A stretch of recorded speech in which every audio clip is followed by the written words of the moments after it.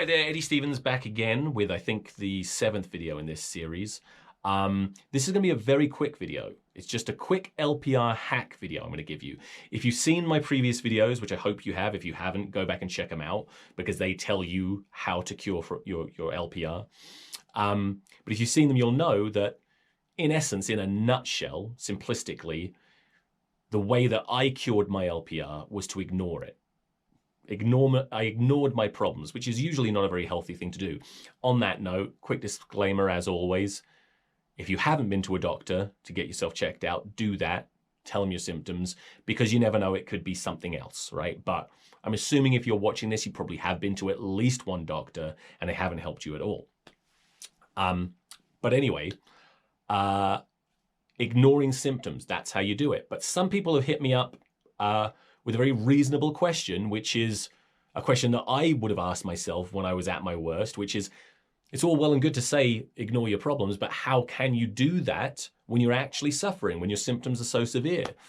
And there's a few ways that you can get to that.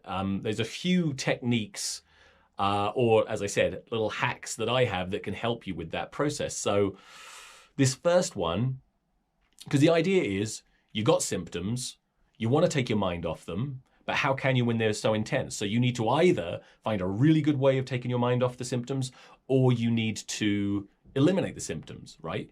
And you can do that short term, at least I did, with this first hack, which is just chewing gum, okay? I'm chewing gum right now, purely coincidental. I don't have any LPR symptoms, but I actually chew gum very rarely now.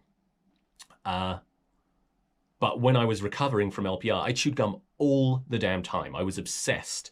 I always had gum on hand, because when you chew gum, and you may have already figured this out, or it may not work for you. I don't know, but for a lot of people it does. If you're having LPR symptoms and you chew gum, short term, they disappear. The symptoms go away. And I got into this habit. I always had gum on me, and anytime I started to get tension in my throat, tension in my diaphragm, burning, whatever, I just chew some gum and it would go away. And that would allow me to stay positive. It's great. Very good, simple hack. The science behind it, I'm not too sure on. It doesn't really matter. We know that chewing gum lowers stress, so that could play a part. But also chewing anything, eating food, for a lot of people, myself included, helped with symptoms, would eliminate symptoms short term.